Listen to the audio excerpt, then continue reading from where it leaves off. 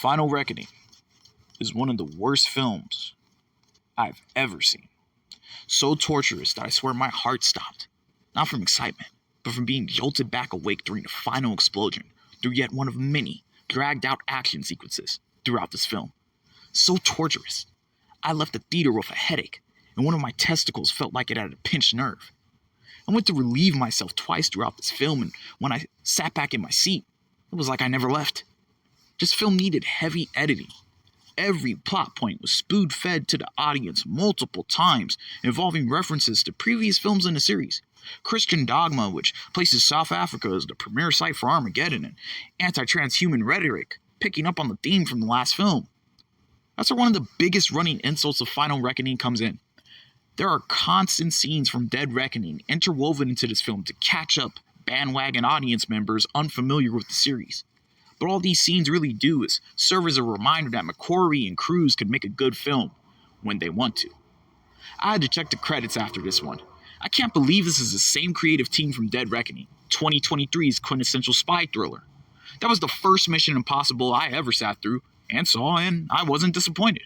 Final Reckoning makes me never want to revisit a film in this franchise again. 8 films deep. It's no wonder the cast in this film looks fatigued. Haley Atwell is a long way from the first Avenger and now aged, shares a bone structure with Skeletor. Tom Cruise, noticeably put on some pounds to the point it's embarrassing how much time he spends in his film getting semi-naked for the camera. It's not the 90s anymore, dude. Keep your shirt on. Simon Pegg is a shell of himself. Isai Morales reduced from a mysterious antagonist to a cliche.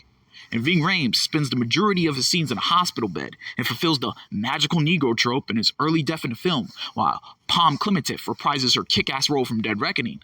But since this film is far more slow-paced and built on endless monologuing and suspense, she's underutilized, and so goes the soul of this film. I don't know what made me appreciate that Trump won the 2024 election more. Angela Bassett being presented as the president in this film, or the transsexual Navy ship person that lends Cruise a hand before he went to undergo the big underwater stunt of this picture. This is a Mission Impossible movie. I understand I'm going to be force-fed propaganda, but on the final film, I figured McQuarrie and company would be more focused on making sure that the series goes out with a bang than checking off inclusion boxes. There's one scene where all the main cast is in a plane and McQuarrie just zooms in so the whole audience can see, okay, there's a black guy, an Asian woman, a white man. I can't tell what scene was more cringeworthy, that aforementioned one, or the one where a female Secret Service agent is disarmed attempting to stop the president from being assassinated and gets assisted by a boomer just to get set up to take credit for saving the day.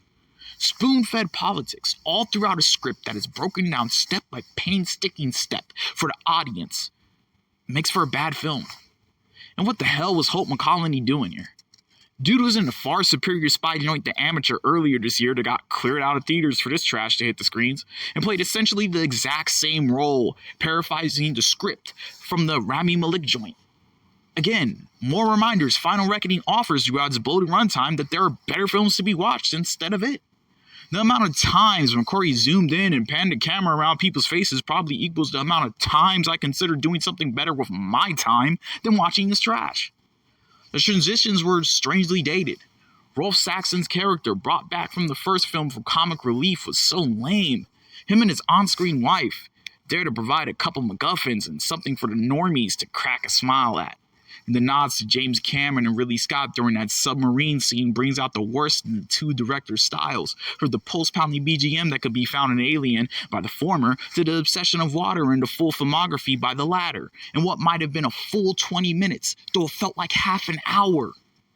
Something all those directors should have realized by now is that not cutting down scenes to extend the film's runtime doesn't make your movie an epic. That's just lazy editing. Such is the case. Final Reckoning is the perfect example of franchise fatigue. The film is a tired effort that exhausts its audience and positively everyone involved in the production of this product. It's as if for the nearly 30 years Tom Cruise put his body on the line through the series, he got with McQuarrie and decided to pay back audiences by making viewers of this film suffer by watching a picture that started at 2,200 hours one day and ended at 100 hours the next. Nowhere near the fast-paced, action-packed flick that was its predecessor in Dead Reckoning. Getting through Final Reckoning with both eyes open and fully coherent is the real Mission Impossible.